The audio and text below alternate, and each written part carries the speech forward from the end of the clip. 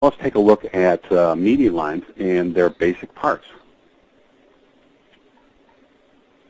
The nuts and bolts, okay? So, let me turn my page as well. Now this center line moving down is the median line, and it's a line of force that shows the slope of price as it moves forward through time. And we always draw it by using alternating highs and lows. So a high, a low, and a high, or a low, a high, and a low. And with it, we hope to project the probable path of price. That's what we're trying to do. On top of that, once we have projected what we think is the probable path of price, then we'll find specific trade setups that we've seen work in the past, and we know the specific probabilities of their outcome. And so we'll take those along with the probable path price, put the two together, along with good money management, and that's what's going to make us successful traders in the long term. Moving on, you see all I did was I added a line parallel to the median line off the high pivot C, the third pivot, and that's the upper median line parallel. And the upper median line parallel tells us where price should run out of upside directional energy. Similarly,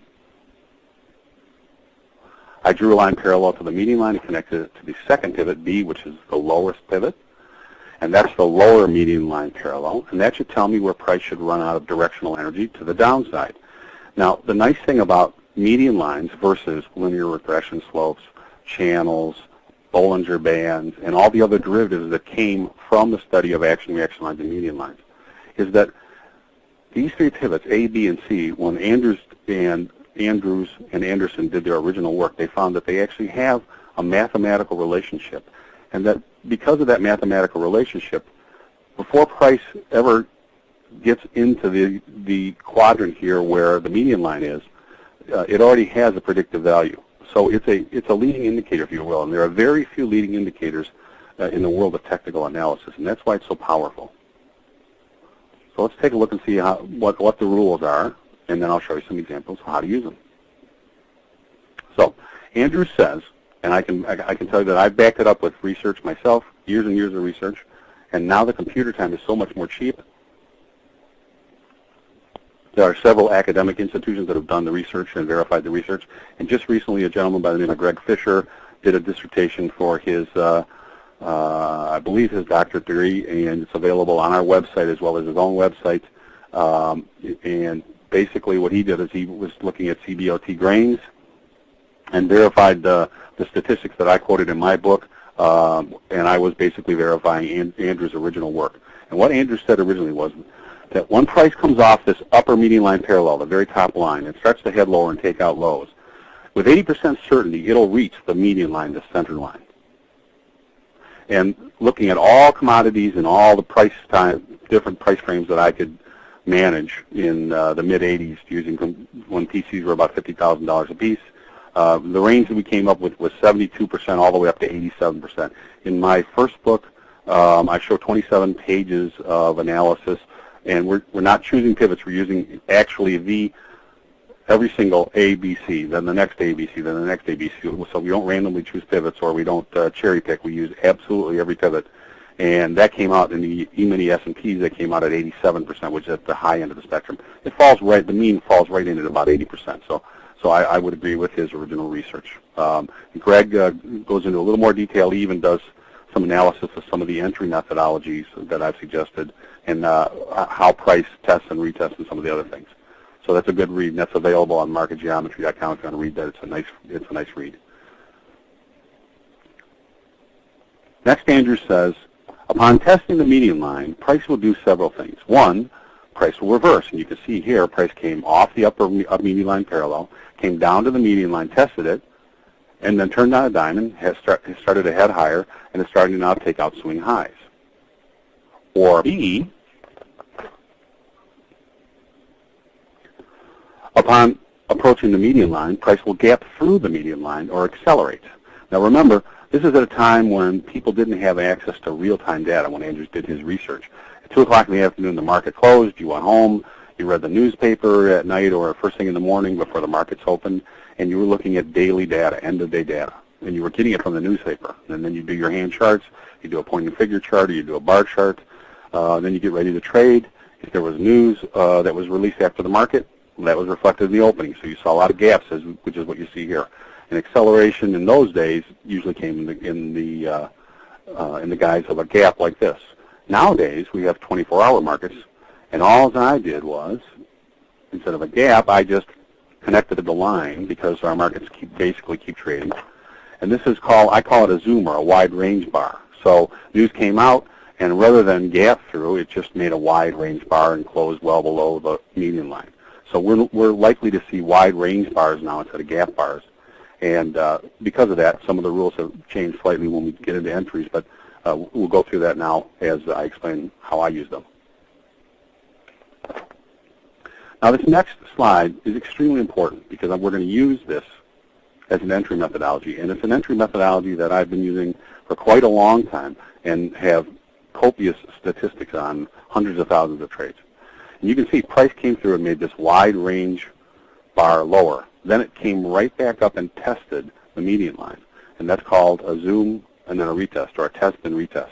So I call, now the problem with this, if I was taking questions, somebody would now say to me, okay, well, why would you get short there? Well, the problem with this is there's no convenient stop here, but that is what we're looking for. We're looking for a test and retest. And what Andrew said was, when you get these accelerations through the median line or through an upper median line parallel or a lower median line parallel, you can expect the price will come back and retest the last line that it went through.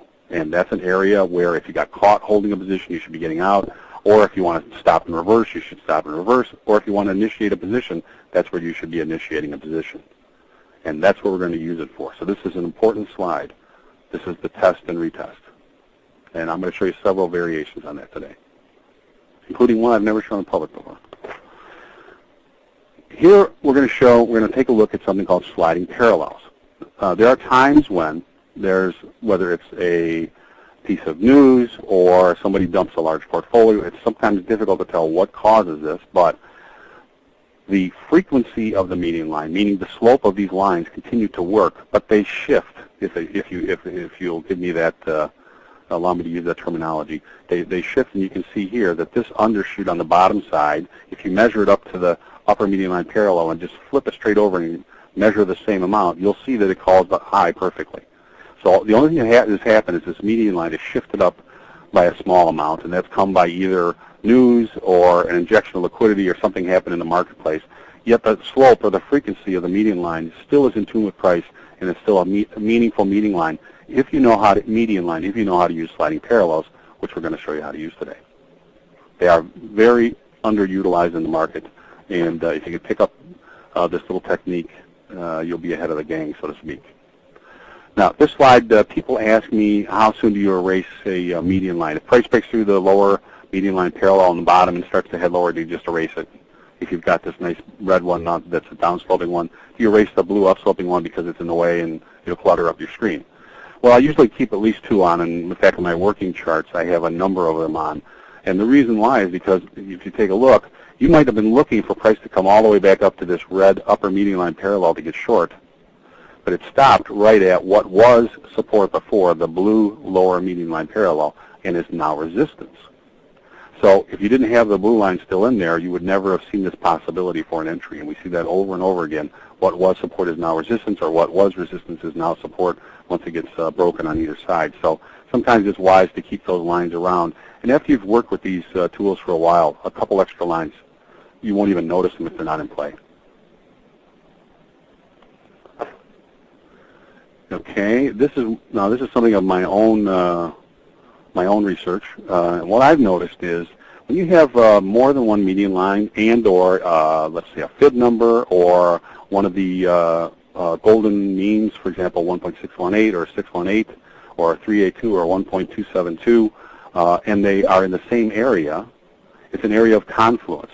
When you have a median line that's upsloping and a median line that's downsloping and they meet, that's called an energy point. These areas act, first of all, as areas that you should pay attention to, because when price gets there, you're likely to see either a change in trend or an acceleration in trend. So what you want to do is wait till price gets there, wait for price to play its card, and then find an entry. But second of all, I always put circles around them when I see them coming on my chart to the right of price, because I find them to be that they attract price, and I can expect the price will get to them one way or the other. And even sometimes they seem like they're miles away. You'd be shocked how many times price gravitates right toward them. Or they may be horizontal, and price will just flatline right over to the area of confluence of the energy point, and then make its decision and play its card, and then you'll know what to do, and you're better off staying out of the market until that energy point is hit. So we're going to be looking for those as well.